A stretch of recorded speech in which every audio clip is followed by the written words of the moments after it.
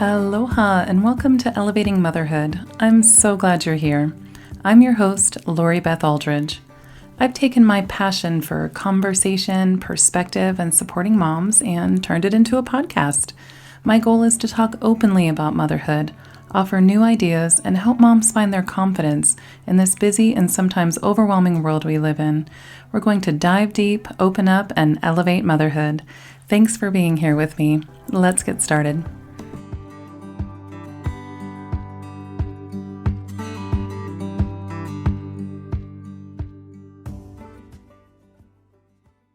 Today's episode is supported by Blossom and Root. Blossom and Root is the homeschool curriculum my family uses and loves. The information and ideas are easy to follow, fun, and engaging. If you're new to homeschool or looking for an inspired homeschool curriculum to help you lovingly teach and guide your children, I highly recommend Blossom and Root.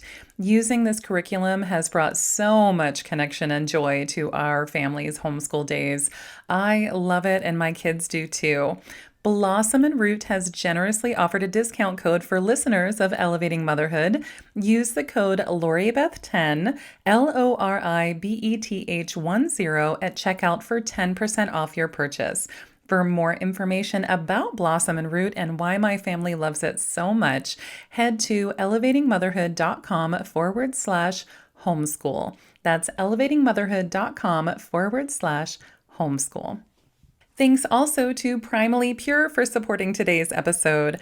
Primally Pure is one of my favorite companies. They excel at creating safe, natural skincare products made with quality ingredients.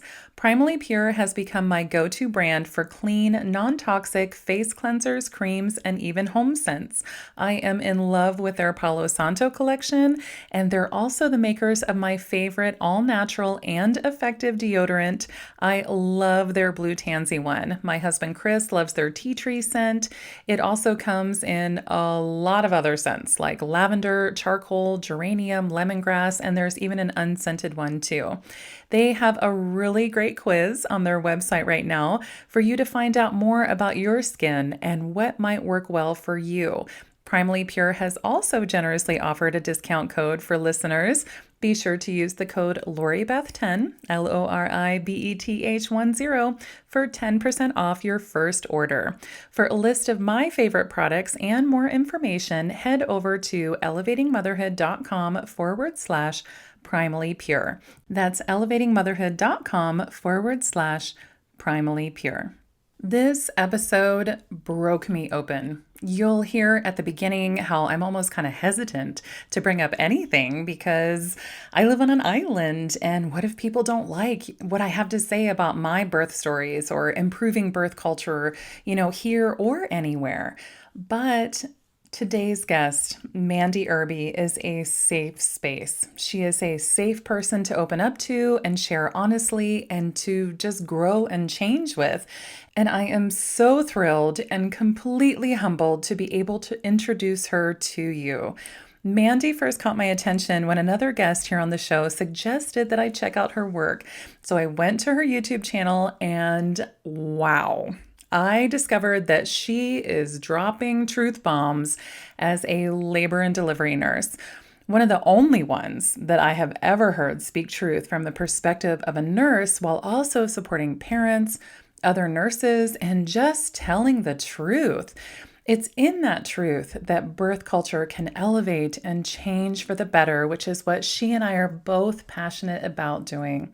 In her own words, she likes to shake shit up. And if we're being honest, that is exactly what needs to happen in our modern hospital birth culture. This is not an episode that puts down or shames anyone. It's actually quite the opposite. What it is a taste of honesty for a change. Mandy brings the mom and labor and delivery nurse perspective, which is so balanced and refreshing and needed. Mandy Irby, who has a ton of letters after her name, which I will link to in the show notes, but just so you know, it's not me rambling off the alphabet here in a mixed up order. It's all of her accreditations and certifications. She is BSN, RNC, OB, CEFM, LCCE, SPBCPEAPBT. Wow, Mandy, way to go. She's also known as the birth nurse. She is a trauma sensitive parent and nurse educator who is passionate about a more parent centered and respectful birth culture. Mandy helps pregnant people and families prepare to birth boldly by understanding and advocating for voice, choice, and physiology. She's been a labor nurse for over 11 years. Mandy is also a Lamaze certified childbirth educator, authorized peanut ball trainer, Spinning Babies certified parent educator, which we've had here on the show before. Spinning Babies is amazing. And she absolutely loves connecting with labor and delivery nurses in her biohacking for birth and peanut ball workshops. She's currently working from home with her engineer husband and daydreams of more office space and home espresso machines. Mandy loves exploring new trails and creeks with her 2 young children, running with a podcast on, and celebrating no potty accident days with their newest 4-legged family member, Maisie. Another fun fact, she is in Roanoke, Virginia, and that is where I lived for 2 years while getting my master's degree, so it's kind of fun to have that connection too. So I'm also really excited for pregnant moms in that area too, because you have access to a real rock star. And I love that she's elevating birth in an area of the world that's so important to me. Mandy does not tiptoe around birth culture changes that need to be made. She brings up everything from implicit biases, systemic racism, and toxic hospital culture, including abuse, assault, and coercion. She's an advocate for mothers, birth workers, midwives, labor and delivery nurses, and OBs. She's almost like this super optimistic and compassionate glue that we all need to come together and move forward together to elevate modern birth culture. Without further ado, let's welcome the compassionate and bold Mandy Irby to the show. Aloha, Mandy. Welcome to the show. Thank you so much for being here. Hi, Lori Beth. Thank you so much for having me. This is so cool to be talking about birth on your actual birthday, by the way. So happy birthday. Thank you. And thanks for showing up to talk with us about something that's really important and something I want to talk about more on the show here. And that is just bettering birth. I mean, here on the podcast, I talk about changing things and looking at the social and cultural messages and being like, I'm not sure that there is a one size fits all answer, that that's really working for everyone or maybe even most of us. And how can we change that? And how can we show up and do things a little bit differently? And boy, if that doesn't describe your everyday work, I don't know what does. So thank you. Yes, that's a good way to put it. So I want to talk to you all day. I'm going to restrain myself. Another guest on the show, Austin Reese, turned me onto your work. And ever since I first visited your YouTube channel, I have wanted to talk to you. I would love for my audience to get to know more about you in your own words. Oh, that's awesome. Well, I'm Mandy Irby, and online I go by the birth nurse, and I'm on a mission to change birth culture. I am a labor and delivery nurse and also a mother. And currently I am focusing my efforts on voice, choice, and physiology. I teach parents and nurses how to focus on voice, choice, and physiology, how to advocate for it, how to prevent birth trauma, all in trauma-informed ways. Okay, thank you. Thank you for showing up for us to do that because it's so important. It's so important. And I honestly even feel just slightly more empowered by hearing those words, voice, choice, and physiology. I'm like, that is a excellent and doable way to break it down. Sure. It's hard to describe to a new parent or a new family in this birth culture that we currently are in what they need to know. It's like no one knows what they don't know. And Right. it's hard to kind of wrap that up in a little succinct message. So we focus on the bigger picture around birth instead of you have to take a childbirth ed class to have the birth that you want. Mm-hmm. Right. I did take a birth education class with before I had my first through the hospital. And I was like, Yeah. I feel unprepared. It's amazing how much information you can get and still feel completely lost. And that's me, like, as a birth enthusiast and just someone who's passionate about motherhood and children before I even had children, which sounds crazy, but I know there are many of us out there. and Sure.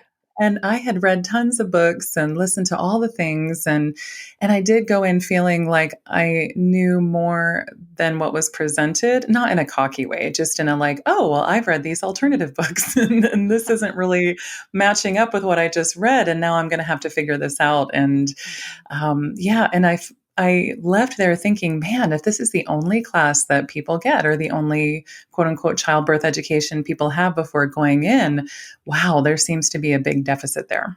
Oh, well, that's awesome. You had that other perspective. And you did have a leg up, and then you learned the hospital perspective and Hmm. maybe caught in the middle of that. That's why, well, I had a similar experience. I had a lot of information. I was a labor and delivery nurse before my two children.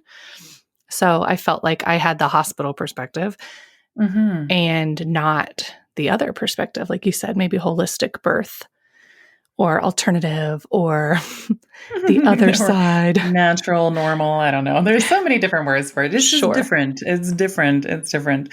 Well, why did you start speaking up about childbirth needing a culture change? Sure. I think to what you said, you read the books ahead of time and then you took the class and you were like, okay, now what? That's why I am on YouTube. So I appreciate you Hmm. being there, and any of your listeners, if you've been there, thank you. I try to have open conversations there so that people know a little bit more about maybe what they don't know, or a little bit more about what they could go learn, instead of just that one size fits all hospital childbirth ed class or one size fits all YouTube searches, which I think a lot Hmm. of people are relying on right now because there's a lot of available information, but it's not necessarily packaged up in a way that makes it really easy to go from start to finish through the whole maybe birth process. I realized this culture change, and I realized the cultures that we were in when I became a patient. I became a pregnant person after seeing it from the nurse side for many years. So I realized how incredibly destructive the culture outside of the hospital can be, just like what people say to you about your birth, about your pregnancy, the expectations, the horror stories, the shame, the guilt. Hmm. It's supposed everyone's like, "Oh, isn't this magical? Do you want to hear about how I almost died?" Um Mhm, how does that mhm, doesn't feel very magical.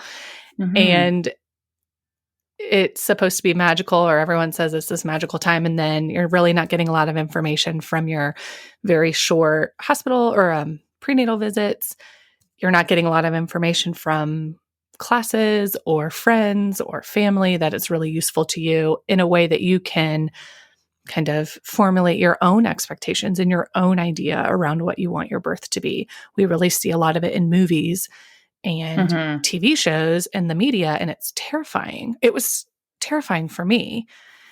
And I hear that a lot from parents who are just like, I'm so scared that blank and blank is going to happen.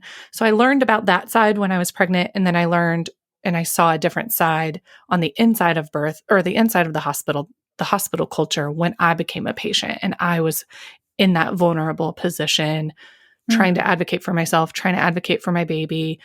My husband's trying to do his best to be my partner and support person.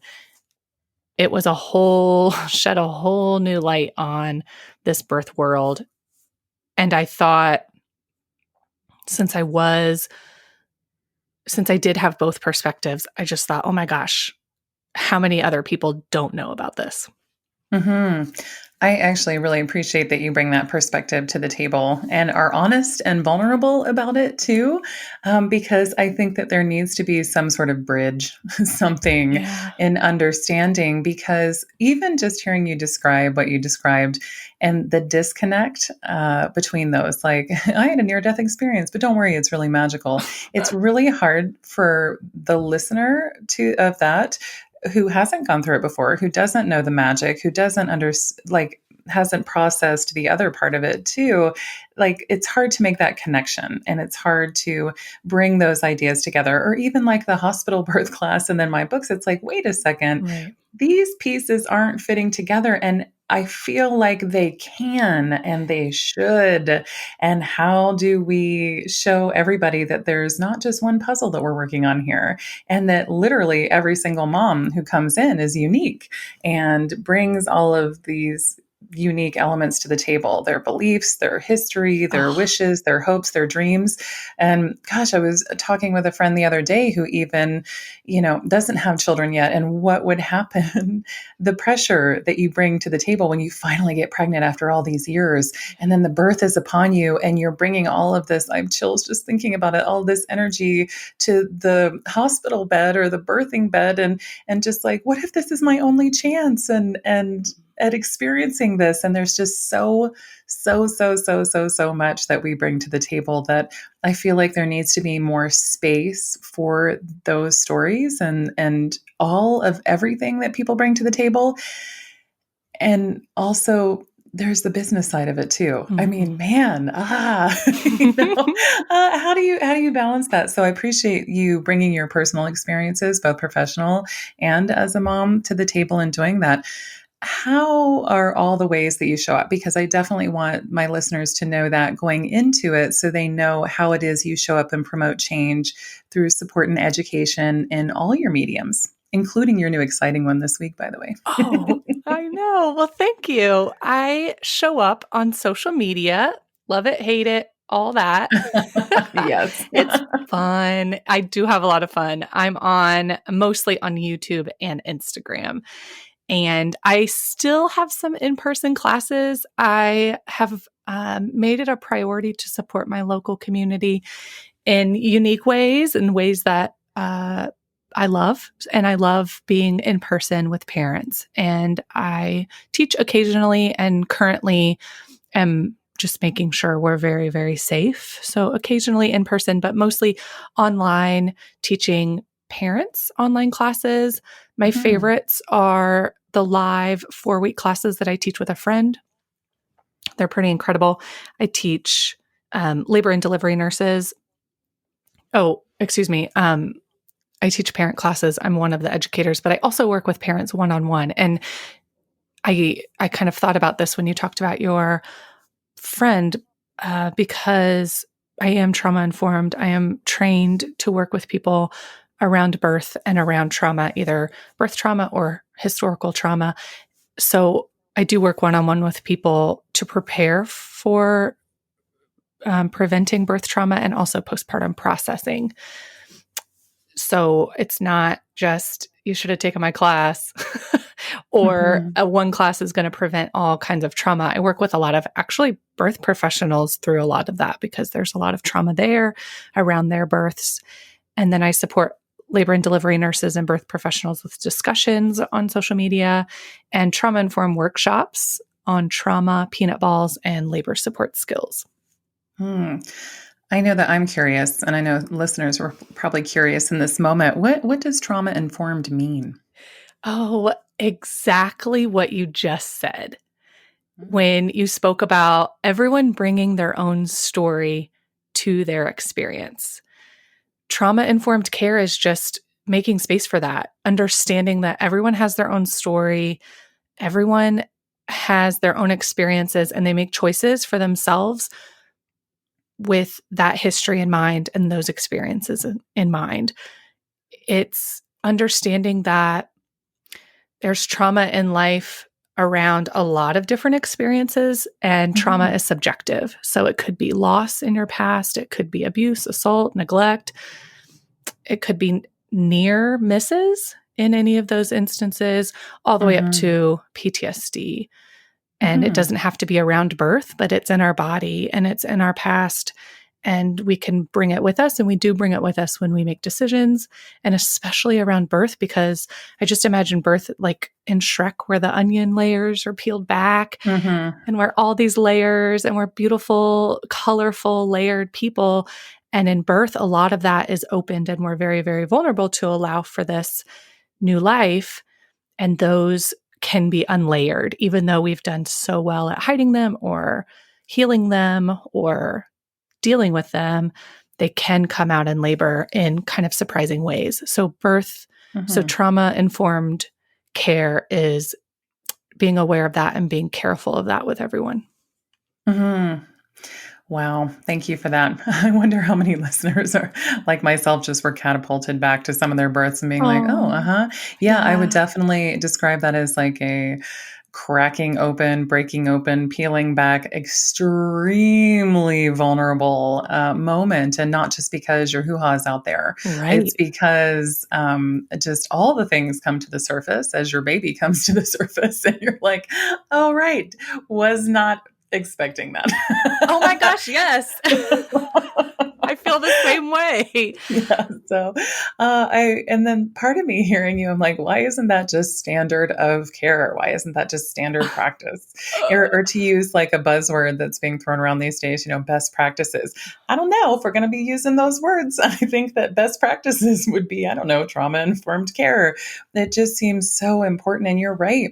There's all kinds of really great resources out there too. Some that we've talked about on the show about trauma and how it's stored, books like The Body Keeps the Score. Mhm. We had an episode about PTSD. We've had episodes about anxiety. And there's just so much that we bring to the table. I think really honoring that whole person as they show up in birth is just, oh, it's essential. It is absolutely essential, to use another current buzzword. My gosh. Oh. All the buzzwords. Well, what other birth topics are you speaking up and speaking out about in your work? Well, all of them. We're Yes, you just are. we're just digging in, digging in. Well, I don't feel like there's any reason to hold back because the consumer is the one that needs the information. That's right. It's not something that only your provider holds. It's not something that only your nurse should hold. And oh my gosh, the pressure we already feel with all of that information, that's not for us. That's for the Hmm. consumer. I think the idea is that, well, I know the idea because people who are uncomfortable with tough topics tell me all the time, Mandy, you're going to scare people. Yeah. Yeah, we can't talk about stuff like that, that crass, that candid. You're going to scare people. Well, that's not what I found. I found that more information, people feel more confident with more information. It doesn't mean hearing something that is undesirable that's going on in the hospital is going to happen to you because you hear Hmm. it or because you're talking about it. So, specifically, my faves are body rules versus facility rules, Mm. right? Because of all that language that we hear. Language in medicine is not conversational. On purpose. Uh-huh. So it's meant it saves time. It's like you say, best practice. Like the term implies I know what's best for you. Yeah. But we do best practice, so it's best for everyone. It's the best idea. It's the best. And it's not a conversation. It's not your best Hmm. for you. It's just this is how we do it. So this is what's going to happen. This is what we do. I'll let you do this. I'll let you do that. So the terms and the phrases are kind of just a cover. And when consumers and parents kind of start getting understanding those themes, it can be a lot easier to open up communication. So then communication with the care team is another favorite because I am a nurse, so I can speak to how to speak to nurses and I can give permission to speak up because I feel like I was in that position and it was the best kind of communication. And then how trauma is affecting birth in all ways, like we already touched on. So, trauma from all sides, inside the hospital, outside the hospital, how it affects discussions around birth, all of it. Hmm. I think you inadvertently bring up informed consent in every single topic that you bring up too, because sharing of information openly and freely instead of telling you like this is what I'm going to do to you now, that's not informed consent. But sharing about it, being open to having questions asked of you as a provider on any level is really important. And I'm a huge advocate for informed consent and medical freedom and being able to make choices and having bodily autonomy and knowing yourself and then bringing that knowledge to the table. But even as this person, gosh, I hear you talking about the communication with the nurses stuff and how to talk with staff. I love that in your YouTube videos and just how to bring things up. And it really seems as basic as simply ask your question, but there's so much like white coat syndrome that goes into it. And we could just be the most empowered person. And when you are in that office or in that hospital room and you feel vulnerable or backed into a corner or like you don't want to, you have no options and you Right. feel like you don't want to make that person mad because you're afraid of how they're going to come at you if you offend them because of ego stuff that Exactly. is brought to the table. Or, gosh, there's like a million reasons why all of a sudden we aren't ourselves. We feel like we can't show up and be ourselves. And I think that I know you have started the discussion on that and moving that forward and giving us a voice, like you said at the very beginning, and how to approach and what to ask and how to ask. And there's just when you're talking about onions and layers, there's literally a disconnect on every layer Mhm. of that. And wow, thanks for being part of the healing process for that. Because I think it's important for moms who are thinking about becoming pregnant or hoping or are pregnant, or even those of us who have had babies who still need to process Yeah. our births, because Yeah. there's not a lot of that happens too. And even hearing your language and how you're speaking with us, I'm like, oh, okay, I need to acknowledge some things, work through some Yeah. things. And gosh, I guess the best way to do it is to be honest and vulnerable Yeah. and just say it. So, I mean, I just had so many experiences and there was so many layers. Oh my gosh, Mandy, all the things. My mind is racing, just so you Oh, know. you talk about it so well. It makes me just feel safe. Yeah, Oh, well, thanks. we're all here doing it. We're all Oh, doing it. man, my visceral reaction to that, because I talk about that a lot on the show, I just put my hand on my heart like, oh, Yeah. okay, all right. Yeah, we do need safe spaces to talk about this. And I do feel like that's my role in all of this in Yeah. bettering birth and bettering birth culture is, I've given birth 3 times, and I'm a person who carries trauma from every single one of those births. And I'm a member of the Pacific Birth Collective, a group of women who also want to be making positive change on an island where we have one hospital and no choices, Mm. and are met with a lot of bullying and a lot of ego and disrespect. And we're wanting to make it better for other moms and for our own children. And moms come to me because they do feel safe and feel like they can tell me the real story and how it is they're really feeling, because they don't feel like there's a lot of space out there for them to be real about it, because they're fed this societal message that you should just be grateful that you and your baby are alive. And you're like, well, I actually need to process way more than just that top layer of the onion. Mm. Okay. So Right. then that becomes hard. So what are some other areas of modern birth that you feel like needs to be addressed ASAP?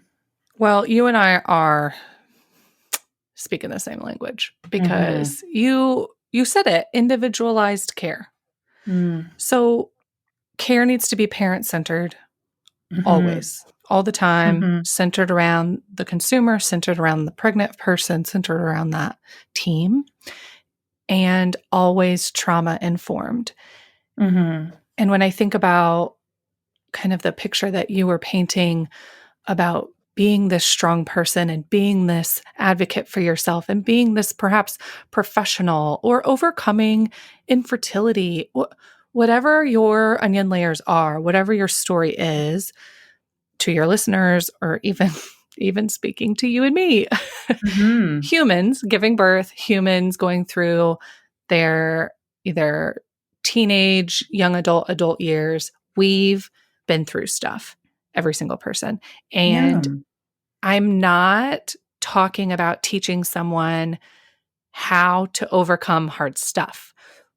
What I do is I get to help them use what they've done for years, used what you know, how you've overcome your onion layers and become the amazing, successful, beautiful person that you are, and just do it also in your birth space. A lot of that comes ahead of time because, like you said, Mm-hmm. when you're there is not the time where you are that person who stands up and says, not today, or I won't be talked to Mm-hmm. like that, or I have That's questions right. about this. you're working. You're in, like Adriana Lozada says, you're in your animal brain. Oh, And 1000%. right? And that's where I want you to be. I want your birth Yeah. to keep moving forward. I want you to enjoy that oxytocin. I want you to connect with your baby. I want you to connect with your Mhm. inner queen, king, diva. And all the people around you, I want to give them permission to create an individualized space. So it comes from the birthing person, the team, identifying what that space is, looks like, what they need, how they want to be treated, respected, how they want to feel. And then I love the back end of teaching the team, either their partners, support people, nurses, providers on, hey, let's just like, this isn't necessarily what we do for everyone. Not everyone asks us for this, but it's okay to give individualized care. It can still be safe. And we all actually feel really great about it when we can do it. All the things, Mandy. Here we go again. Thank you for that. I agree wholeheartedly. And I think that you articulated it really well, that individualized care needs to be the thing that changes yesterday. Right. When I was thinking about this interview, I felt like I had to like really crash course myself on this because I do have trauma from my births. And when I was trying to think about how I would describe it to you in a nutshell, I felt like I was in the way the entire time. I Oh, was made to feel, except a couple times. There were a couple of saving grace angels that came in, but for the most part, I was made to feel as though I was in the way of the doctors and nurses. My differing opinions were in their way of them just trying to get their jobs done, is how I was made to feel. Not the entire time, but the overwhelming thing. Like when the pediatrician is carrying my baby down to the nursery and I said I wanted to come with, and she's like, well, then follow me. Like, but I wasn't allowed to carry my baby, which I was physically unable. I was my hip flexor on my right side wasn't firing, and I was having to drag my leg behind me. And she was carrying my baby away from me down the hospital corridor toward the nursery and was like, come on, like keep up kind of thing. And I'm like, what? No, no. And so then I had my husband like go ahead as I'm like holding on to the side of the wall, dragging my leg behind me, trying to get to my baby, bleeding like a sieve, just like, but of course, you have a pad on, so it wasn't as awful and gruesome as it seems, but I knew what was happening. yeah. And I was mortified. And I just, what do you do in that moment where you literally physically cannot keep up? Like, that is not individualized care. That is making someone feel like they're too slow and in the way and getting in the way of their job and they have things to do. And if you don't show anything other than just like complete appreciation for them, then you are a terrible patient, is how I felt. And that needs to just go the frick away. Mm-hmm. That kind of energy around new moms in this magical time. I mean, no wonder there's so much disconnect, because we are feeling that magic, that inherent empowerment that happens with moms is taken for granted and ignored. Basically, we are not stepping into that empowerment that is birth. I mean, we're going to experience it on some level anyway, but then it just seems like it's either taken for granted, like I said, or completely ignored. And I think that needs to be more of the center focus, and the mom needs to be made to feel like the incredible, empowered, amazing, awesome, transformed diva that she is in that moment. So yes, I'm like hands in the air, Mandy. Like, thank you for bringing that up. And yeah, if I had to leave one comment on a comment card at the OB's office, it would be, hey, so if y'all could do some more individualized care, that would be awesome. Right. Right. But Oh, what is that? I mean, from yeah. nurses, we're like, I do that. I call everyone their name. Okay. It's not really taught the way it should be. Hmm. Okay. Thank you for that too. I felt like you took me out of the mom space and back to the like, it is a team. It is a team that's involved in all of this. And we definitely need to be, yeah, there needs to be training in that. So thanks for the ways that Well, you show up for. training in that your story is, and this is what I love about being online and international, is Mhm. your story is repeated because other people are experiencing similar feelings Mhm. around not having individualized care. And Mhm.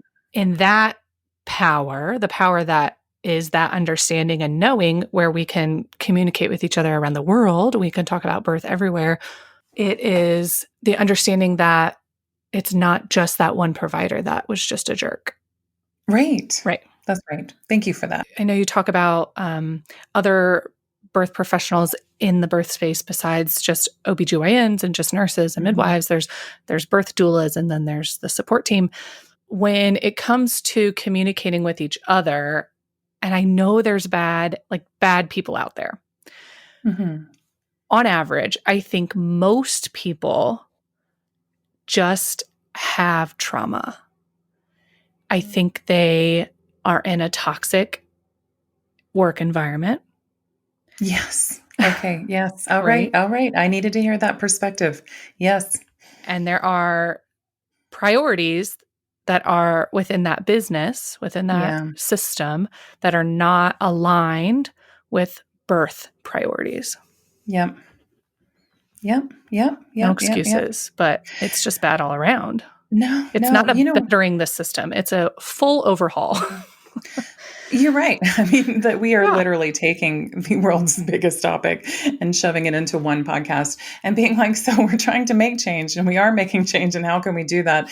And the first step is to acknowledge that indeed, you're not making excuses. You are providing much, much, much needed perspective from everybody. It's good for patients to hear that, moms to hear that, parents to hear that. It's good for nurses and doctors to feel acknowledged in that, that we are indeed in this sort of toxic environment, and moms and babies aren't the only victims in this sort of overhaul. And we are quite the bin of onions, aren't we? We are the bin of onions.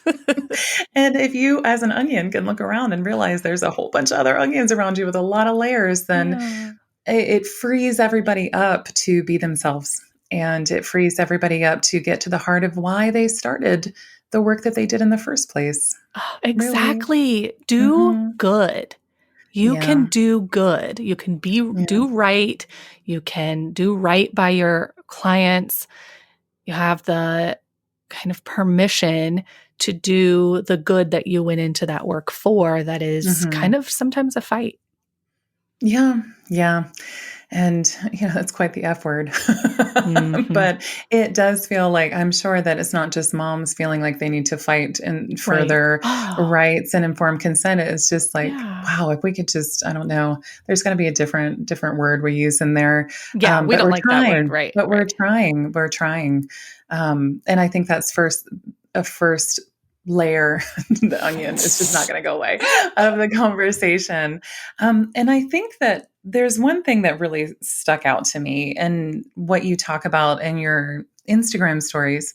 You have a highlight that describes OBGYNs as surgeons, as trained surgeons, and you talk about them in that perspective, and that basically birth has been left to the hands of trained surgeons, and that really influences and informs how we approach it, and I'm just going to be blunt, the over medicalization of birth in our country. And I would love for you to talk with us more about this perspective.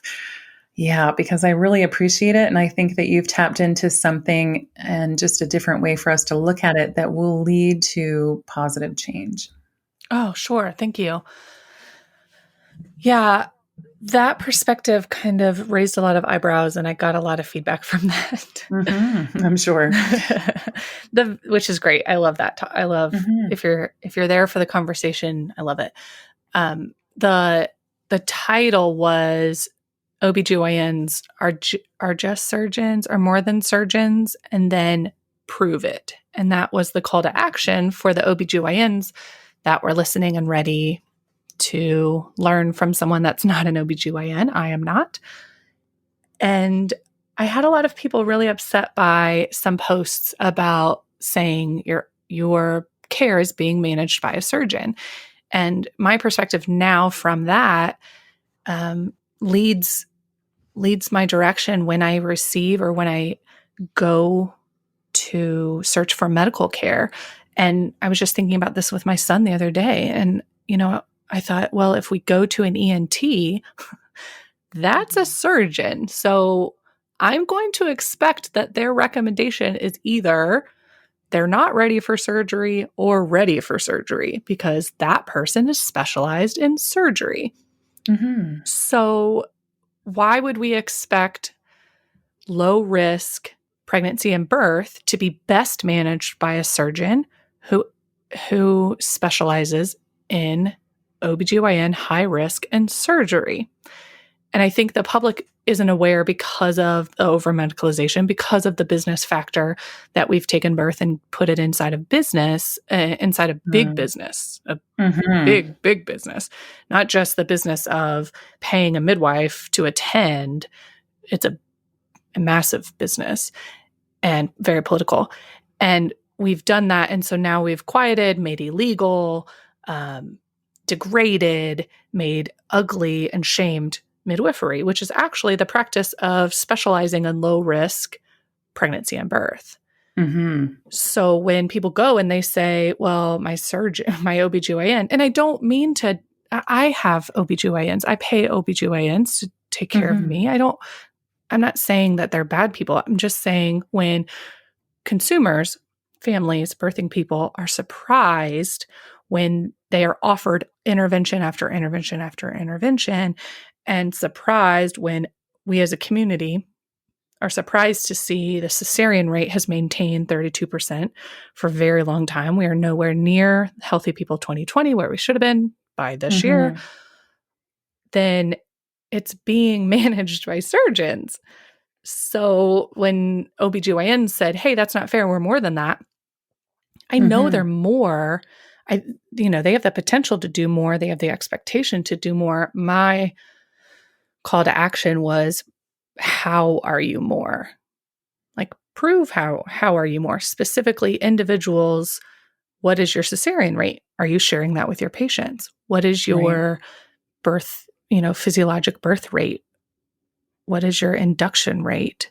How are you showing up as a low risk provider just as much as a high risk provider? Mm-hmm. Because low risk and high risk are both seen in a hospital. Low risk people and high risk people are all taken care of. And they say, everyone should have their babies in the hospital, but they're really specialists in high risk and surgery. Mm-hmm. And for that, we are grateful that they are specialized Exactly. in that and they are available. It's so interesting because when you first brought that up, I had all the feels Yeah. because I was like, yeah, actually, now that you mention it, I am I'm a talker and went to one of my OBs and said, "What's your favorite thing about being an OB? Like, Yeah. why did you become an OB? I'm just curious. I want to know." She's like, "Oh, my favorite part is the surgery." Yeah. And my husband heard that, and it was like, noted, like Yes. noted. Yes. I heard it in the moment, really happy, excited, pregnant me, dream come true, living the dream me, Yeah. was like, I love that she was honest with me about Yeah. that. Yeah. I feel like she didn't have to answer that question, and she did. I have so much respect for her that she would be honest with me about that. And wow, it sounds like if it really comes down to it, she's really skilled in that Mhm. and takes pride in her work in that. So it was so interesting that was literally one of my very first conversations with a provider was them kind of acknowledging that they are surgeons Mhm. and that yeah, they enjoy it. They don't you'd have to. Well, You'd I have want my to. surgeon to be Yeah, skilled. I want my exactly. surgeon to be very experienced in what they're Mhm, doing, and it becomes sticky when you ask them mhm. to do nothing, Right. and then all of a sudden they're finding life-saving measures everywhere. Right.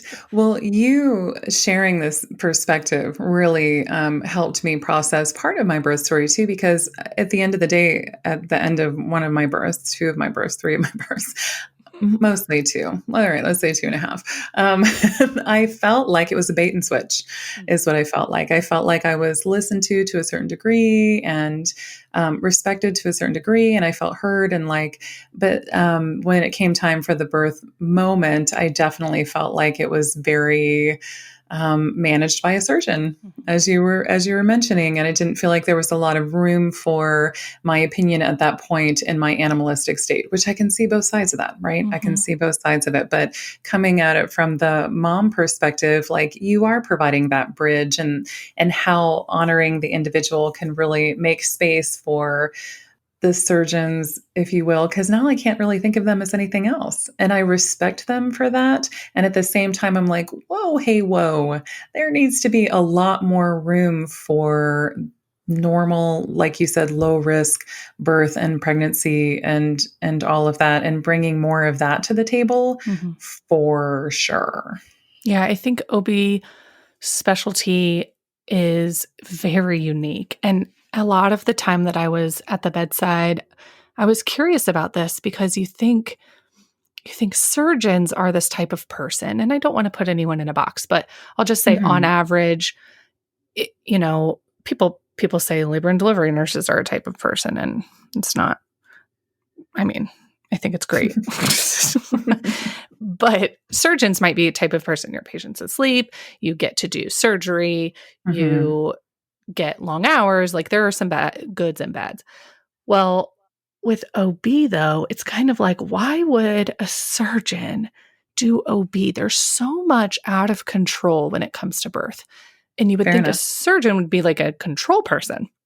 Hmm. They fix things, they go in and you have to have highly skilled, highly trained understanding of the body, go control what's wrong with the body, fix what's Hmm. broken, things like that. And OB, like birth is so out of control. Birth is so like on call. The schedule is nuts.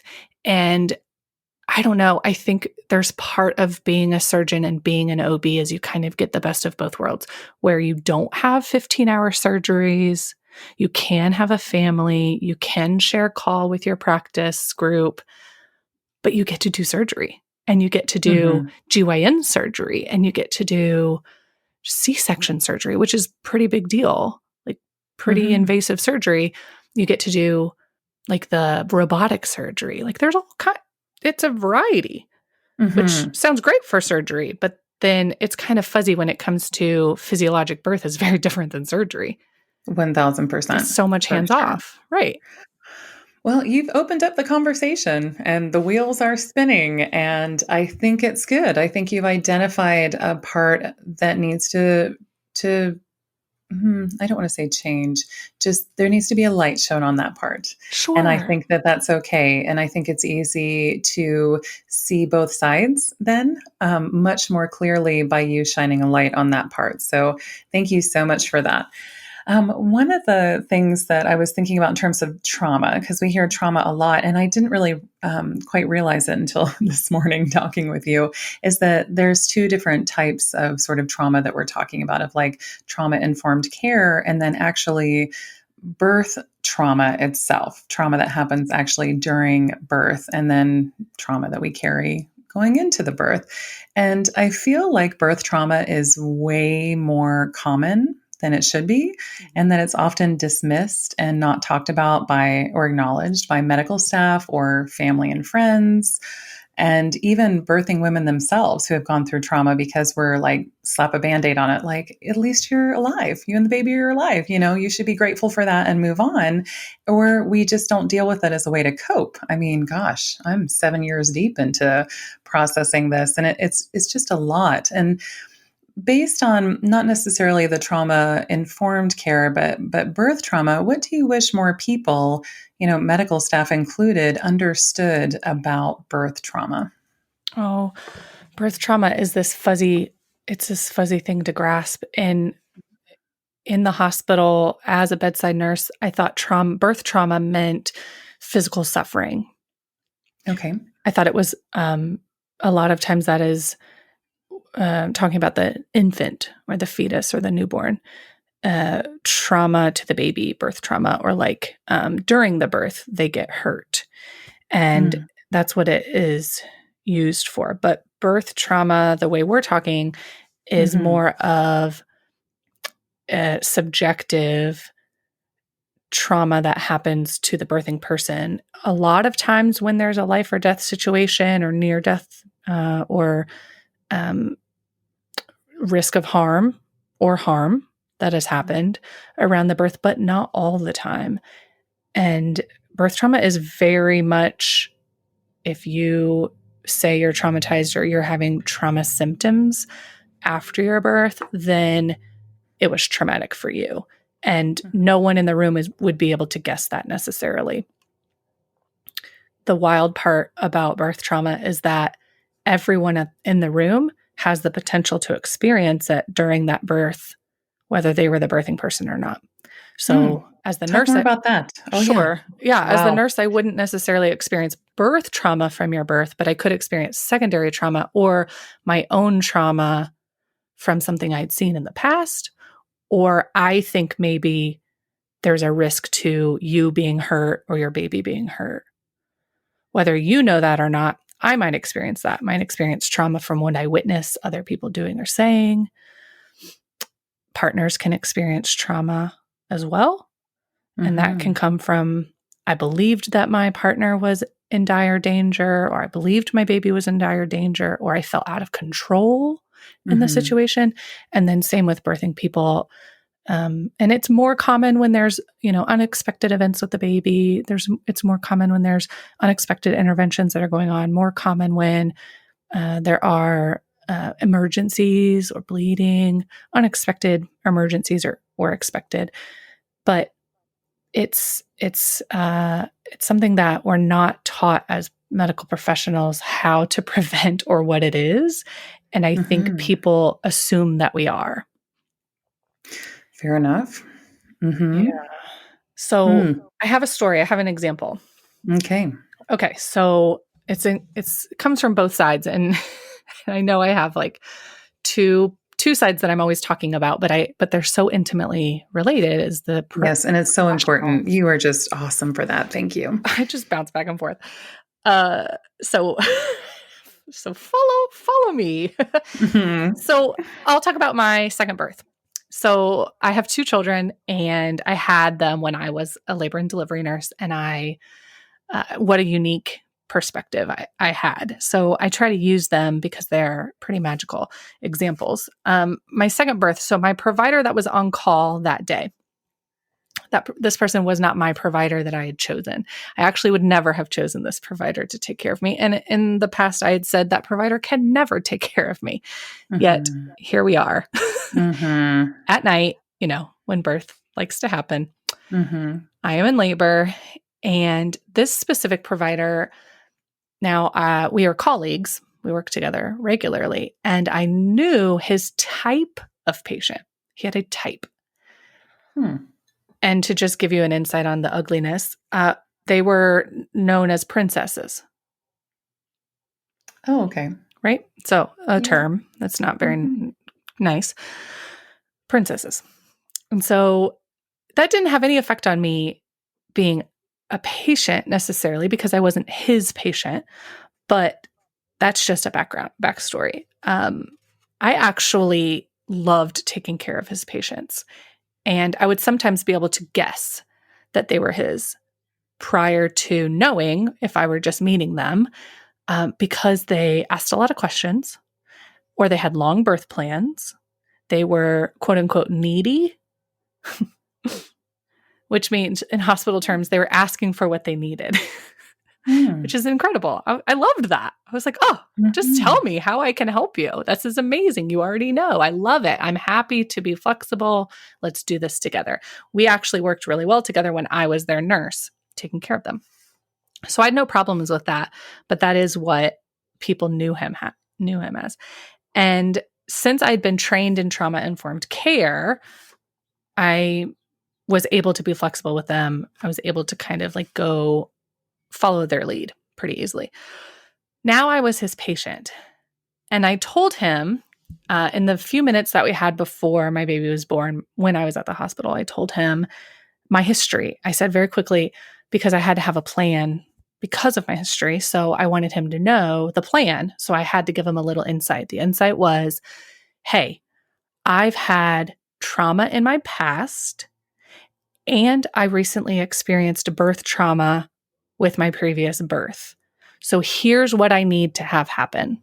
And then I told him the plan for the parts of birth that I needed certain control over. That was a little bit of out of the ordinary. And I just needed him to be on the same page as me. Mm-hmm. Fast forward. Later, when he and I talked, this is the benefit of having your colleague be your doctor, is when you go take a beer and say thank you for helping support me through an amazing birth experience. You get to talk about that birth experience. And he was actually very unsettled by my birth. He was very unsettled by hearing that I had a history of trauma, because now I was this like new person to him. He didn't know that, right? In our relationship. I don't talk about it on the nurse's station. It's work. Right. I don't go up and say, hey, what'd you do this weekend? Oh, did I tell you? Did I tell you one time when I was a kid? No, we are not friends. We were colleagues. And also like, that's pretty personal with your friends. So he had to like rearrange who I was. And it took him off guard. And here I am, in transition, about to have a baby. And he's like, ah. He told me that he didn't know that about me. And he was also really unsettled in between the time when we were together for my birth and when I visited him later at my appointment, like a professional type thing, that he said, I didn't know if I had helped you because of what you told me. I didn't know how to help you. And I was like, okay, so I didn't get any of this in nursing school. You didn't get any of this in OB school, medical school. Okay, so now I see a little bit of insight of the training that OBs have and the discomfort that they may feel, some may feel with previous trauma. But he did help me in big ways. And he did great. And I told him that. And what was crazy, what was wild, was that he was accidentally attracting traumatized people. People who needed control in an out of control situation. People who were looking for control. Someone that would treat them in a way that they felt supported and respected. I didn't know if all of his patients had history of trauma or history of assault or history of abuse or loss or anything like that. But the way that they were asking to be treated in their labors and in their birth experiences, I was using a lot of my trauma-informed training, my trauma training with them to give them flexibility, control, things like that. So to me, he was attracting all of these types of people, and he didn't know it because I said, you take care of people all the time. It doesn't matter if I tell you, you see people who have been hurt before in their past. And he said, no, I don't think I do a lot. And I told him the numbers and I was like, you do. The numbers of assault and abuse in women or femme-facing women in the US are this high. You do. You see them. It's a numbers thing. I know you do. We all do. And he was shocked. And he said he was doing his best. And I know he was doing his best, but I think and I feel that he could have done more and be doing more if he had known, if he had been trained, if he were taught how. And he could have taught his colleagues as well in his whole practice. We just don't have that training. We don't necessarily know, not all of us know specifically how to make care super individualized. And when I told my nurse friends about my birth experience, naturally, they all asked, well, what did he do? What did he do? They were so eager. How did he help you? What are the things? Like, I need to know. And when I told them, they nodded and said, oh yeah, that makes total sense. Because trauma-informed care is not hard, but it's also not that easy inside that hospital culture to give individualized care. That's right. So, yeah, wow. Okay. He was shocked and I was shocked. We had a lot of learning. I said, we're going to write a book together one day, right? Because he was offering trauma-informed care. But he didn't know it. And he was surprised by how many people he cares for that have onion layers. Mm-hmm. Like everybody. He Mm-hmm. was very interested in learning after that. And we did have more conversations about it, trying to open his mind up to, what kind of people everybody has this, has history of something that they bring into the birth, or they have fears, or they have myths about what might For happen, sure. understanding. So I think that trauma is intimately connected inside of birth for everyone in the space, which is why it's kind of this massive overhaul and undertaking, but it's not that difficult. It's mostly just individualized care. Mm-hmm. It's doable. It's So totally doable. one of the things that shows up in, gosh, my life all the time, like when I'm helping other people learn to homeschool and Yeah. effectively and in a light, fun way, is that it's doable. Yeah. It is doable. It just seems foreign to you in this moment and something that you haven't done before, but it is doable. There are people around the world doing it all the time. And it doesn't have to be like this hidden strategy of how to do it. and you can and you will surprise yourself and learn and grow just by doing it, because it is doable. And gosh, you've really touched on something about, I do believe that that doctor was doing his best, or what Mhm. he believed to be his best. And I often talk about the fact that one of the ways you can really show up and be authentically supportive of other moms is just assume that everyone else, every other mom, is doing the best they can with the information they have in the moment. So That's we great. are all showing up and doing our best. The other part of doing our best is that best is never stagnant. It involves continual growth. So you can't just learn a finite amount of information, like a degree. And this is someone coming from, I have two master's degrees. But that's not where my children's literature education ends. In fact, gosh, just last night, you ready for this cross example? I'm reading The Secret Garden out loud to my girls, and my oldest is 7, and the way she views Mary Lennox, the main character that we're all very familiar with, is so entirely different. And the perspective that she brings to the table as a child of a similar age, who's raised in a loving, supporting home and can't understand how a mom would never show up. The compassion she brings to the table blows my mind. Oh. The view of me revisiting this storyline as a mom is entire. Oh, by the way, there's a cholera outbreak in the beginning of the book. Spoiler alert. Oh. And like to read it now is Yeah. like, what? So, I was showing up the best I could in that moment. And then even something that I was very familiar with has just blew me out of the water. Just opened my mind and my heart and shared all of these multiple different perspectives.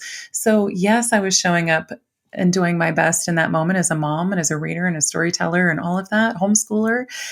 And yet there's still room for growth. So Yeah. I think that by you acknowledging all the things in that story, it helps us see the whole person and also the room for growth and all of that. And I just want to point out, you don't know this, you can't see it, and listeners can't see it, but this interview started at 6 a.m. Hawaii time, and it has just gotten gradually and gradually and gradually lighter outside. And I Oh. feel like the sun just like came bursting through my windows right now, and I'm like, yes, this is so symbolic.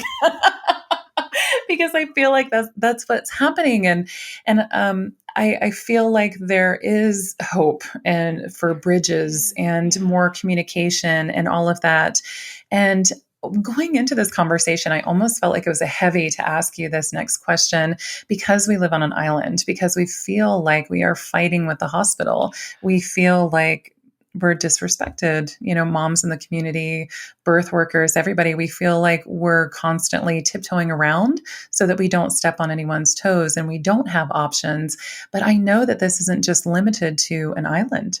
Mhm. There are many people around the world. I mean, Roanoke is kind of a small town. I can say it's got a small town feel. It's really charming. But there are just all kinds of cities and places where we feel like we don't have options. Or you could even be a mom in a big city and feel like you have zero options. So I'm kind of wondering, especially as a person who's a doula advocate and who has had three different doulas, how and supported other moms at the hospital and in their home births and whatnot. How can birth workers or birth support people who don't work for hospitals effectively approach and build bridges and communicate with hospital staff? Because I feel like there is this severe disconnect between the two Mhm. for all the reasons that we talked about. And I'd rather there be this genuine back and forth conversation instead of this tiptoeing around. So I'm wondering from where your perspective, how we can do that. Oh my gosh, what a powerful question. This is this is a heavy question. It's not too heavy. I mean, come on. We But just got to do it. It's doable. It's it's doable. doable. It's doable. Just like yeah, going into birth with a history, going into birth afraid, it's doable to have a confident birth. It's doable to have a positive experience. It takes work and it takes some understanding and some background. And same with changing conversations between paraprofessionals or birth professionals and providers or nurses.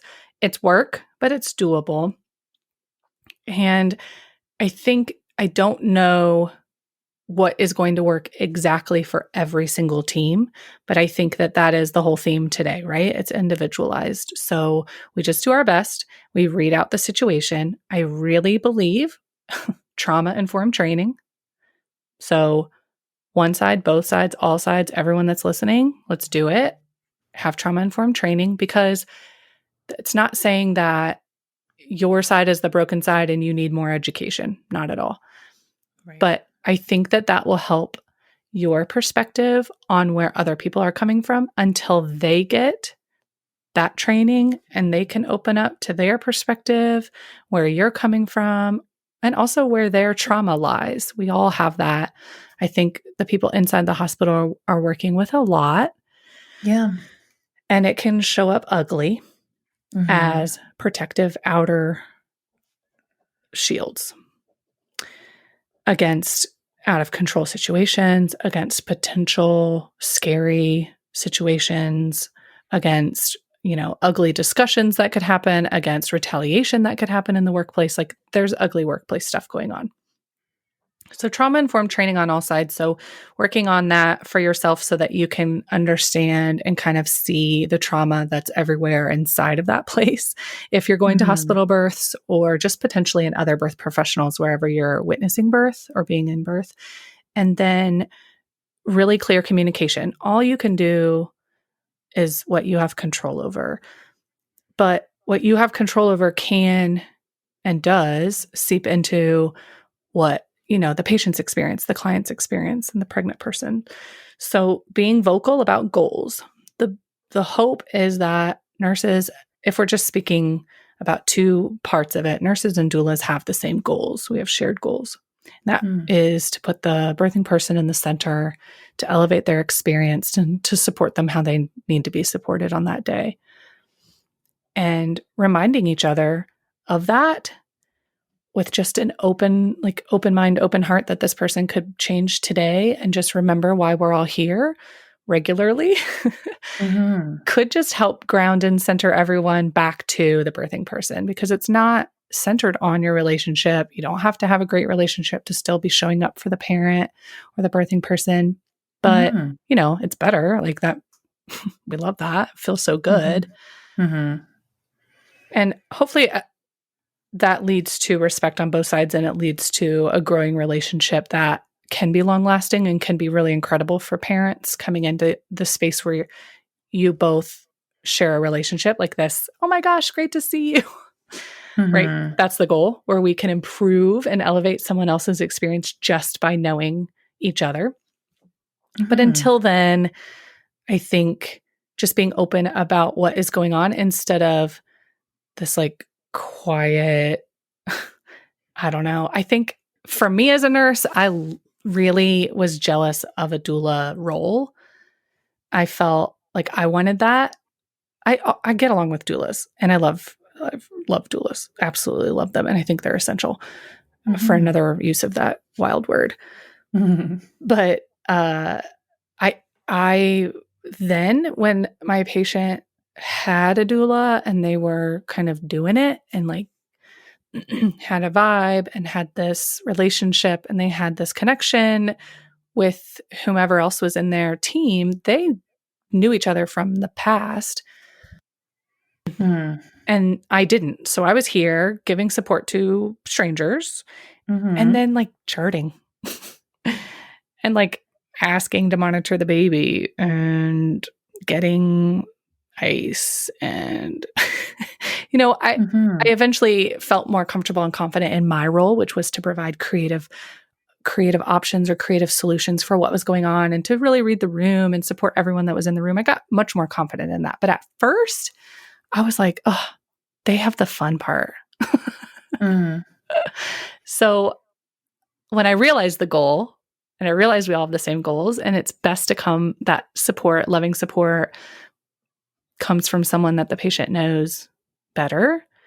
Like I was able to then support the doula, or the doula was supporting me in creative solutions, or we've done this, this, Mhm. and this. What else do you have? And that pushed me to be a better nurse. And that pushed me to learn about birth balls and peanut balls and unique and creative labor support ways to kind of protect their space and, empower the partner or the best friend to actually be hands-on and be the support, give the words of encouragement that I would, supply.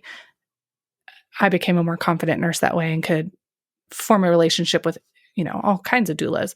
That took time though. And it took a lot of doulas Mhm. teaching me when they were confident in their role. I was like, oh, I see how this goes.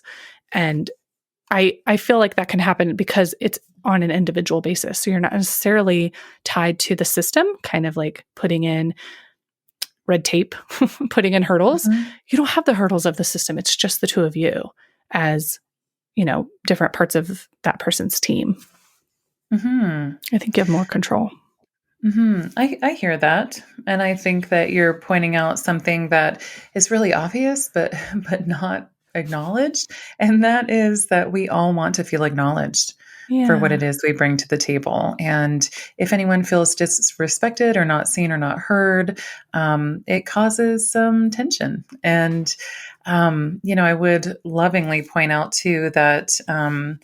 There are many of us moms and doulas and birth workers outside of the hospital setting that we're not oblivious to the disrespect or disdain or mixed feelings about different things, or but we're maybe perhaps. I know, okay, this is me being honest and admitting that perhaps I was a little bit oblivious to the constraints of the staff and their environment, and that some of what I brought to the table is not acknowledging them. Because remember, I just said we all want to feel acknowledged. Yeah. And I felt so not acknowledged in those moments that I didn't feel like reciprocating and acknowledging them back. And I think that you're right. Goal centered care, which is individualized care, and focusing on the mom and all of us coming back to that. And even the mom focusing on herself and what she needs in that moment re- could be a very clear unifying factor in all of this. You can't see my notes, but I definitely have all these like people like drawn around and then center of the mom and circled and all of this, and like that can become a shared goal. And I think you're right. Thank you for acknowledging that this is like a slow unfolding. It's one birth at a time, right? That's part of the individualized part of it, and building this individualized rapport and how we can do that. And we can't have a shared goal if we're not vocalizing what that goal is or what those goals Yeah. are. Yeah. I think that brings us together. There's definitely some ugliness out there. Yeah, there And is. there is, and it's unacceptable. It's Yeah. unacceptable. People should not be, and it's a lot of nurses should not be so hateful against a type of person, a type of profession. Anyone that the birthing person brings to be on their team should have the same level of respect that we give the birthing person. It's their community and it's who they've chosen. And nurses aren't taught that, and it's Mhm. an awful culture, and it's like dumping ground. Doulas become the dumping ground, but they are not. the people that needs to be directed to, and it's not necessarily because they did anything. I mean, individual doulas, like there's surely some people out there that are like, I'm a doula, and you're like, what? It Mhm. doesn't seem like that, and it maybe gives a poor first impression for what doulas really are. There are definitely people like that, but that's not the majority. Mhm. And so instead of being like, you shouldn't act like that, or take my class, I teach you how to love doulas, Mhm. and it it can be so much better than that. Like you will love these births that you all can share together. It's amazing. Instead of that, because that's not as helpful, I'm trying to like shed that light on one, how we can do it, and two, it is birth by birth because we do sometimes have to relearn, kind of unlearn, relearn that relationship. Like having more and more positive experiences together, or at least neutral, I think will lead Mhm. to that growth instead of just being like, doulas are good. You should just like them. Fair enough. You know what? That's really good. So good. So good. And I think that you're right that there is like this, I don't know, I drew a scale, but I'm not sure it's meant to be a balancing scale or not. But thank you for pointing out too that like we're having all the feels. And yes, like, yes, I think we've highlighted a bridge, and shown light on Mm. things and like improved birth and all of that sort of stuff. But then also there is that part that is completely unacceptable, the Yeah. bullying that is full on bullying Yep. between staff, bullying of patients, bullying of babies, like all this stuff. It needs a light needs to be shown on that too, because it is unacceptable, and that's what's pushing this movement and causing people to come together and say, "What the heck? Something needs improvement. How can we do this?" And there is that improved birth too. So there is that room for the improvement. But I do think it does come with acknowledging what's real. And that is, gosh, the perfect transition into my next thought for you. When I think about the room for improvement and real change and all of that, I think that your direct approach to it is like, first of all, it's a breath of fresh air. I'm like, yes, thank you for saying that. Thank you for, shaking things up. And you're just so honest and direct with parents, and you're speaking directly to them and acknowledging that they want and need to learn more, and acknowledging the whole person that they are and addressing real issues. And they feel like, issues that they feel like they can't bring up with their providers, which is crazy to me, but it's true. There's so many issues we feel like we can't bring up. And you're shining light into that space. And you're also doing that for nurses too. And it blows my mind. But you're also honest and direct about needing to be honest and direct about changing the birth culture and shedding this good girl narrative that so many of us fall into of like, oh, we just got to do what makes us look like the good girl, or like we can't be anything but the good girl, and we can't say anything or do anything different. And speaking truths, even if they're uncomfortable to hear, is really important. And it's just going to automatically make us uncomfortable, because speaking those truths and speaking up for ourselves immediately takes us out of that good girl narrative. And so, this honesty and directness, I think, is creating real and lasting change when it comes to improving birth. I'm wondering if there's anything else that you feel like would create real and lasting change. You're so nice to me. I'm just trying to model what needs to happen. Yes, you are doing that. Yes. Trying to model that. And I love that good girl narrative. It is the culture to be a good student, to be a good mother, to be all these good things, or like be quiet and just do what other people tell you to do.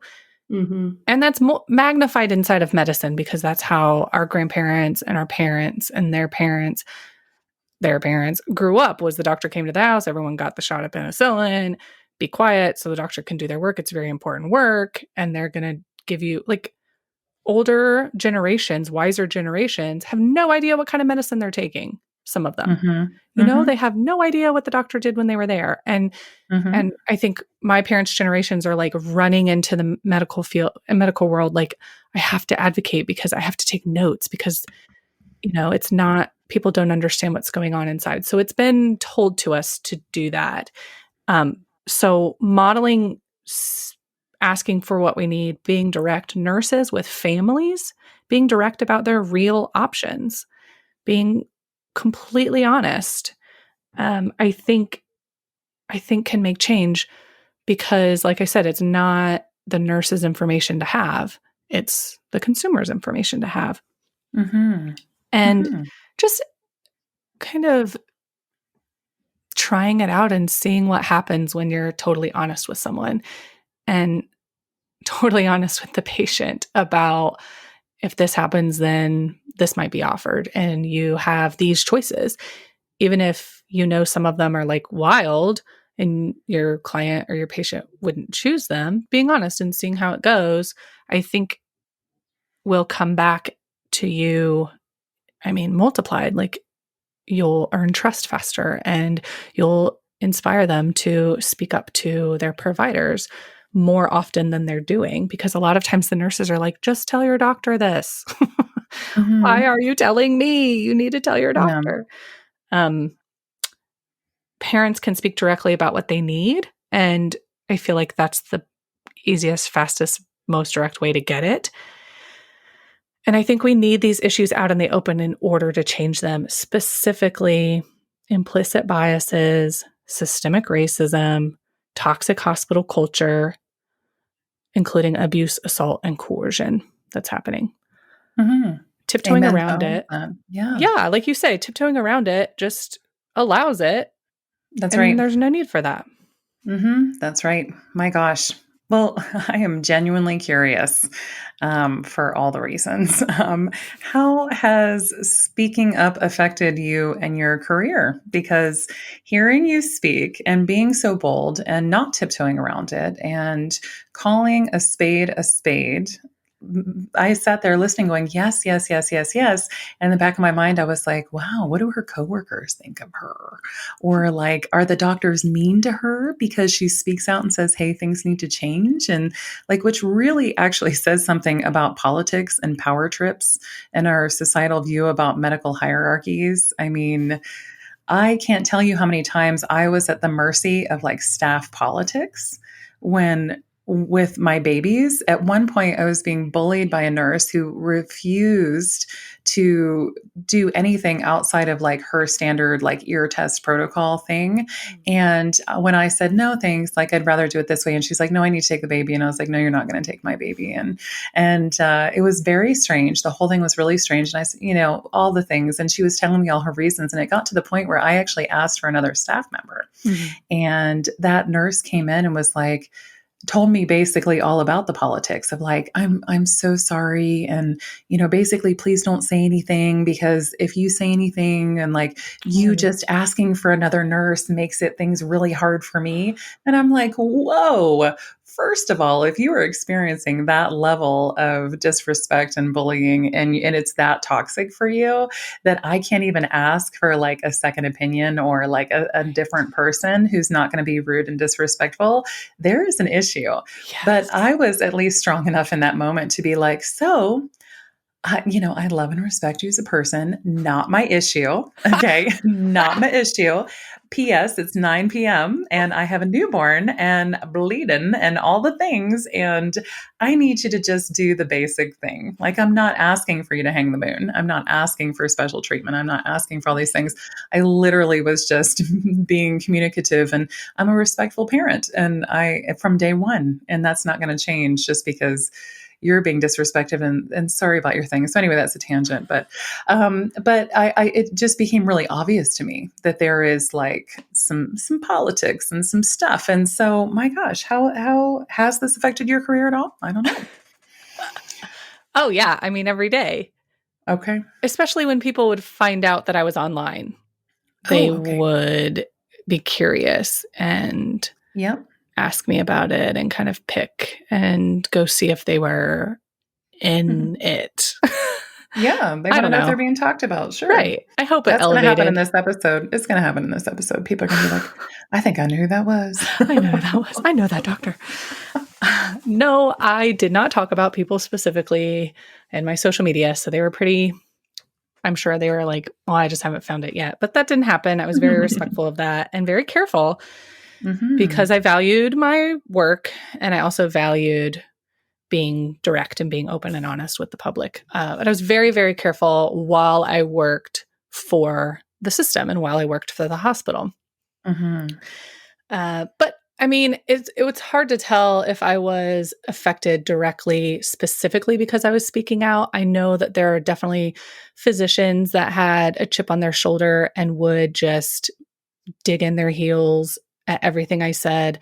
But, nurses kind of work in silos. We have 1-2 patients of our own. We're not really sharing patients. So we're not at all sharing patients.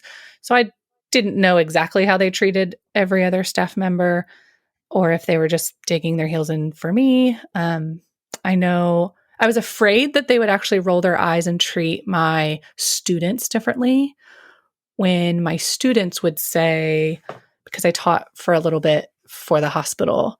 I taught childbirth ed for a little bit for the hospital. That was interesting. And then the students would go and say, well, I heard at my childbirth ed class, actually, she's a nurse here. Actually. And then they would know very quickly, oh, Mandy taught you this. And Mandy told you you could move however you wanted. And Mandy told you you didn't need stirrups, did she? I was afraid for that retaliation. Isn't that wild? Can we just take a moment to point out how wild that is? If you actually listen to what it is you're saying, but it is real and the light is on it and we can't look away from it anymore. Yeah, that's why I tell nurses. I'm like, once you know, you can't unknow. So I'm going to tell you all this stuff that I want you to know. And then you'll go see it in action. And then hopefully you'll come back and be like, oh my gosh, I need more. I need to change my practice one nurse for one patient at a time. And it's not because the problem is small. It's because more people that are doing that, the bigger it grows, the faster it grows. The more birth centers are open, the more options people have in their birth, the more money can talk because, consumers are the ones choosing who they pay to take care of them or to provide perspectives and to provide, like feedback, not give you care, like this is what we're going to do when you're under my care, but professional feedback on advice that you get from your provider. So I was afraid of that, but that actually did not happen to the extent that I was afraid. There were times when I had students come back and say, I know you told me that this was possible, but my doctor at the time said that it really wasn't possible. It was never really reflected on just for the fact that they spoke my name or, I didn't even know some of those details sometimes. It was just, I was teaching childbirth ed and not every provider wanted to apply evidence-based practice. So that was a struggle. And that's why I stopped teaching, because I felt like I was setting my students up for, you can have all of this if you ask for it. And then they would ask for it and then they would be told no.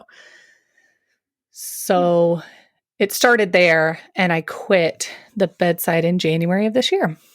Oh, really? Yes, I did happily. And I often thought that I would be asked to stop talking or asked to stop teaching or asked to stop providing education to the community, but I never was.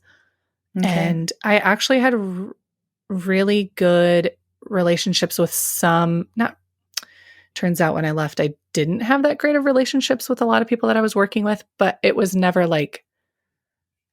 it wasn't hateful when I was there. It was probably just stressed, as it is in a lot of places. But I had a lot of nurses really tell me that they respected and valued my work, and they kind of covertly followed my work. And I shouldn't laugh, but I'm like, yeah, I could see people being like the underground, like a speakeasy nurse. Yes, like, ew, Mandy. And then they would be like, I watched your last video. It was amazing. Yeah. But awesome. it was hush. But there are a lot of people wanting to make positive change, and they are. And they are one at a time, one by one doing it. So it was uncomfortable to work there, to work for a hospital while I was teaching about hospital, but now it's not, because I am not working there. Mm-hmm. Thank you for saying that it wasn't as bad as you imagined it could be, because I think that I need to hear that message. Speaking up and speaking out about this sort of stuff is Yeah. on an island in a super tiny, like the world's, I swear to God, the world's smallest community. It is really challenging, and Yeah. it's really makes me feel very vulnerable. And I have to say, going into this conversation, I imagine every worst case scenario of like people throwing me under the bus, Yeah. or trying to ruin my reputation, or trying to defend themselves, and just all of these different things. But it's just, that's not going to happen. No, no. Our It was imaginations are wild, and they can they create these are. big scenarios of things happening. And really, I think that what I'm hearing you say is that people know that Yeah. birth culture needs to change. Yeah. They know, but they're in it. Yeah. And it's day in and day out. And hearing you describe how it is that birth workers have to show up to birth, it's a lot. It's really a lot. And, there's so much room for growth and education as far as like them having the training of how to show up and not have it be so life sucking sometimes, to the point that they are brash or overly tired, or, whatever it is, that there's ways that we can handle it and make it more of the beautiful experience rather than the always draining experience. So thank you for rocking the boat, because the darn boat needs rocked. We'll just tip it right over and build a new one. It's fine. I'm available. I will bring hammer and nails. I'll I'm tell you, if I had a available. hammer. I'm available. It is hopeful. And I love that you say that, Lori Beth. It is hopeful because there are so many limitations inside the system. So many. And I could see that. I could Mhm. see that later, and I could see that in sneaky ways when I would get one-on-one clients who were absolutely perfect for how I could support them. They the provider didn't even know the whole story, but could sense that they needed some real one-on-one support for a very unique and individualized birth experience, and that they could not provide. They sent them to me. And Hmm. if it helps, OBs are my biggest referrals. Okay. Yeah. For real, right? So OBs are like, you can't have it this way, you can't have it that way. Their hands are tied in a lot of ways. And they Mhm. say that, and they may say, you know, they may say, I don't know how this could happen, or I guess that could happen, but I'm not sure how, but because they go into a system full of nurses and full of management and full of red tape and full of lawyers as well. Yeah. But when I would help and allow someone and a family to come up with a plan that was unique for them, that touched on all of their maybe triggers that they wanted to avoid, or, do things a certain way that really helped them feel powerful and helped them feel comfortable and safe, that provider loved a roadmap and had almost also permission to, oh, well, they told us they needed this unique thing and they gave us this reason, and that's enough for us to just bend the rules, and we need to do it like Mm. this. Mhm. And it gave them practice to do it too. So Mhm. they're not they're not saying be quiet, don't talk about it. They're using those people, those types of providers are using their unique skills in their way, and outsourcing Mhm. and providing resources in ways that they can't provide care or, superpowers in their best way. And that is, I think, the ultimate teamwork. So I'm not hated on by OBs. They just have limitations. And no, you won't be hated on by OBs when you start building the boat. I don't think. I think that it'll be a relief by many of them. I believe you. Thank you, Mandy. Oh, that's awesome. Oh I'll my keep gosh. saying it even if you don't. Yeah, I believe you. Keep I telling do. you. I'm going to take that information in and think about it a lot. There's going to be a lot of thinking happening in my house for the next, I don't know, 10 years. Oh my gosh, this is so much stuff. And I feel really empowered. I feel really empowered. I know that people listening to this are going to feel really empowered and want to share these messages with others so that they can feel empowered too. I mean, we're all doing the best we can with the information we have at the That's time. right. We now have a a shit ton of more information. And we're going to do better based on that information for sure. Well, what's one way that moms can speak up and find their voice and take back their power in their birth experiences? I mean, before, during, or after? Do you have any tips for us? That's like a whole other conversation, but It I'm is just a whole wondering other, if there's yeah. like another Mandy nugget of wisdom you could leave with us. I think let's let's lift the veil and let's Mm-hmm. all just be a change maker, because we are. Every single person Yep. can be a change maker in this. And in your corner, lift the veil on something and be open and honest about it. So center the birthing person, center the pregnant person. If they come to you specifically and individually, you center them by being quiet and listening. And that's centering their experience. And it's not minimizing it or it's not fixing it, it's centering it. Mm-hmm. And you can center someone you don't know if they don't come to you and center them with, maybe you're in a Facebook group and they're asking about providers. Being honest, this person stripped my membranes without my permission. Yeah. I'm calling them out. Don't go to them.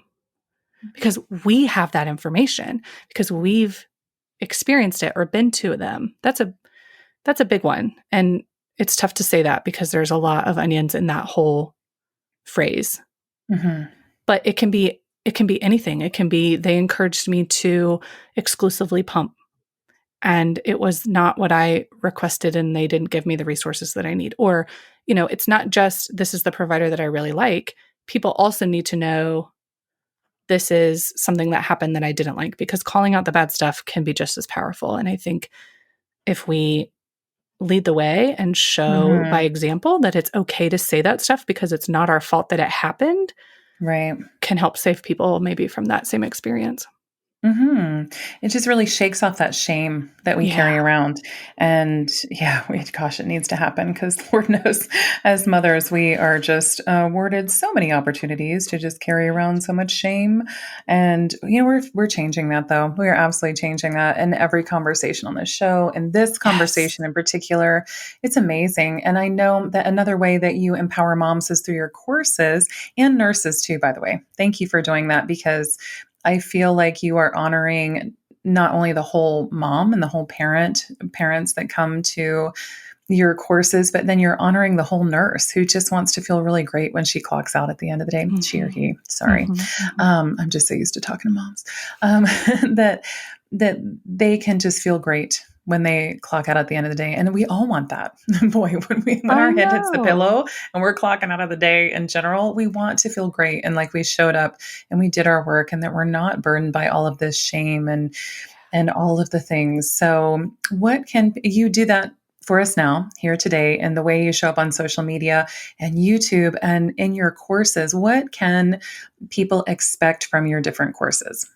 Well, right now what's going on is Fearless Birth Delivered. That's the 4-week live childbirth ed class. And we touch on culture. Surprise, surprise. Mm-hmm. All about it. We touch on culture around birth and how it relates to myths and fears, which can Okay. be sticky, but it's safe. It's Mm-hmm. safe. It's a group class. So we have all of our video on and we have interaction. We have community there. You get a foundation, like how does the baby come out? How does labor happen? What are C-sections? You get that. But then I'm always asking, okay, that's great information, but like, what can I do about it? So we answer Mm-hmm. that too. How can you have an effect on your pregnancy, your baby, and your birth starting in pregnancy? And of course, lots of coping strategies. We call it the childbirth class that comes to you. So we ship all of the tools that you would get in an in-person class, we mail them to you. That's So it's awesome. hands on, your whole team with you, practicing, trying things out, getting used to everything ahead of time so that it's second nature, it's comfortable, it's more meaningful, and it's more powerful in your birth when all those onions or layers are opened. Lots of Mm-hmm. coping strategies, tons of communication strategies, and also planning. Because, like I said, planning ahead, the best part is we know it's coming. We know we're going to have this event. We know we're going to feel vulnerable. We know postpartum is coming. Like, how do we plan for that? We Yeah. know we want to feed our baby. How do we plan for that? So it's it's homework and it's a lot of work, but oh my gosh, rave reviews. We're loving all of the birth stories that we're getting out of. I was terrified and I had this to share about it, and I feel incredible. So those are making it really, really fun. And then labor and delivery nurse courses are also really, really fun. Those are for birth professionals and nurses to really feel confident to take care of low intervention families as well as high intervention families using some of the same techniques. And also, epidural rates are so high. A lot of those interventions, a lot of those, like, I guess, physiologic understanding about birth is often reserved for unmedicated birth or low intervention birth. And that's not the reality in hospitals right now. People are getting epidurals, and they should if they want to. And they should still get really amazing support and have really amazing births and still try to avoid those unnecessary cesareans that are so prevalent. So I'm giving nurses the tools and the confidence to be able to still support people in the bed, to have really like supporting choice in the parent, giving education, and then supporting that physiologic process, even with an epidural, even in times of trauma and fear, even inside the system. Amazing. And your nursing course is both live and on demand. You have a couple different options, right? Yep, we do. That's awesome. Well, oh my gosh, Mandy, you're incredible. This is amazing. Well, what's next for you in all of this? And how can we get behind you and beside you in this movement and change? Like, we are so ready to shake things up with you. Yay! Oh, I'm so excited. You are a change maker. Obviously, Lori Beth is, and anyone in your circle is absolutely a change maker. I would love for you to be with me in all of this. Fearless Birth Delivered is coming out with some really exciting community stuff. Awesome. I'm not sure if I can share it. Well, you can go get the book that's coming out next week. That's first. That's at mandyirby.com/VBAC book. Oh, okay, cool. VBAC book. Cool. VBAC book. So it's a whole VBAC book. I'm one of the authors. It's stories. It's empowering, whether you want to VBAC or not. I think it's going to be really incredible inspiration and kind of background into having a different birth experience after a very medicalized birth experience. And I contribute to some of that. It's a big deal. So I'm really excited about that coming out. But connect with me. You can connect with me on Instagram at Mandy Birth Nurse and tell me that you heard this podcast from Lori Beth. I would love to connect because we have that in common. Like, hey, I just listened to your podcast.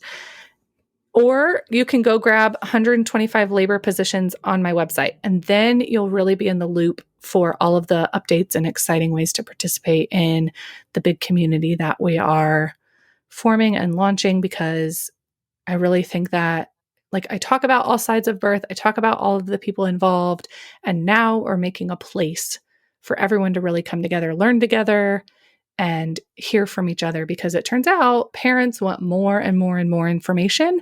And I think it really benefits nurses and doulas connecting when they can learn in the same place as well.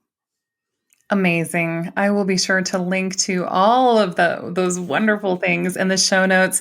Oh my gosh, I'm so overwhelmed with gratitude. Mandy, thank you so much for showing up for us today, and all the ways that you've been speaking up and empowering moms and medical staff and birth workers and just everybody in this really sacred space that is birth, and just bringing so much balance and perspective to it, because not only do I feel empowered, but I feel open to understanding all the other onions around me. So Mandy, thank you so much. I really appreciate you. Oh, thank you, Lori Beth. You make me feel so good on my birthday. Oh yeah. I have like cried and laughed and all of the things. No. Just, you are on it, and elevating motherhood is so important. Your podcast is amazing. Your community is amazing. Thank you for allowing me in. Oh, thank you so much. That's it for this episode of Elevating Motherhood. Thanks again for spending your valuable time with me today. I hope you found some insight and inspiration, or maybe a little of both. If you liked today's show, please leave a review on iTunes. I use your feedback to plan future shows and cover topics that serve you. You can also connect with me on Instagram and Facebook. Links to those accounts are in the show notes. For more information, including today's show notes, head to elevatingmotherhood.com. That's elevatingmotherhood.com. Thanks again, Mama. I appreciate you.